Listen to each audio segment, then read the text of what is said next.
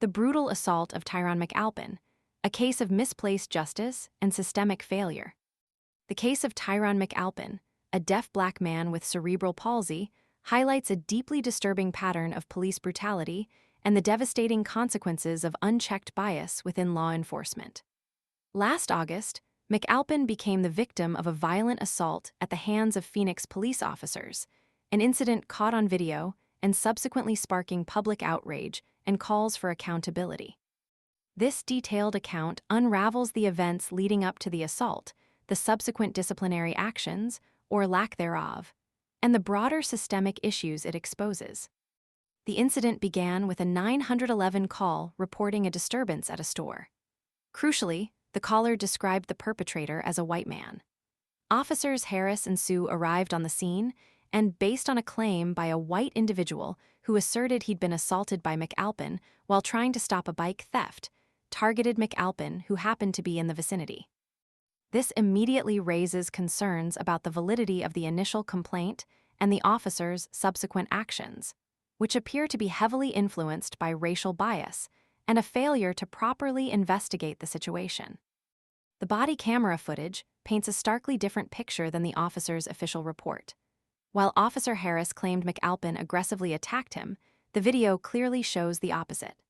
Instead of approaching McAlpin cautiously or attempting de-escalation, Officer Harris is seen lunging from his car, initiating a confrontation with a vulnerable individual. This aggressive escalation of the situation directly contradicts the principles of community policing and responsible law enforcement. The video then depicts a shocking escalation of violence. Despite McAlpin's clear disability and apparent inability to effectively communicate, the officers immediately resorted to excessive force. The footage shows McAlpin being ordered to the ground, tased 4 times while pinned, and punched at least 10 times in the head and back. This brutal assault, captured on film, stands in stark contrast to the officer's claims of self-defense. Additional surveillance footage corroborates the body camera footage, further discrediting the officer's narrative. The police report, written by Officer Harris, presents a self-serving account that is demonstrably contradicted by the visual evidence. Harris's description of McAlpin's fighting stance and claims of targeted punches are not supported by the video, suggesting a deliberate attempt to justify the excessive force used. This discrepancy underscores the need for transparency and accountability within police departments. The Phoenix Police Department's response to this egregious incident has been, at best, inadequate. Interim Police Chief Michael Sullivan announced 24-hour unpaid suspensions for the officers involved, along with mandatory de-escalation training for 2 of them. This lenient punishment hardly reflects the severity of the assault or the systemic issues it reveals. The suspensions, perceived by many as a mere slap on the wrist, fall far short of the justice demanded by McAlpin and the community. The reaction to the department's response has been sharply divided. Andre Miller, vice president of the Arizona chapter of the NAACP, rightly condemned the assault as a brutal assault reminiscent of many falsehoods that have claimed the lives of black citizens in America.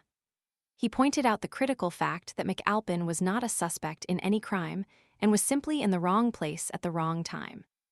This highlights the disproportionate targeting of black individuals by law enforcement, a deeply troubling trend with tragic consequences. Conversely, Daryl Kriplian, president of the Phoenix Law Enforcement Association, criticized the suspensions, claiming they were a result of public pressure, based on biased media reporting. This statement not only dismisses the overwhelming visual evidence of police brutality, but also reveals a troubling lack of introspection and accountability within the police union.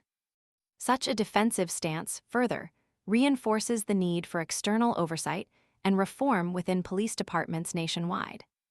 The McAlpin case is not an isolated incident. It serves as a stark reminder of the pervasive issues of racial bias, excessive force, and a lack of accountability within law enforcement. The video evidence, the conflicting narratives, and the lenient disciplinary actions all point to a systemic failure to protect vulnerable members of the community. The case demands a thorough investigation, meaningful reforms within the Phoenix Police Department, and a broader national conversation about police brutality and racial justice. Until meaningful changes are implemented, similar incidents will continue to occur, perpetuating a cycle of violence and injustice. The pursuit of justice for Tyron McAlpin is not merely an individual case.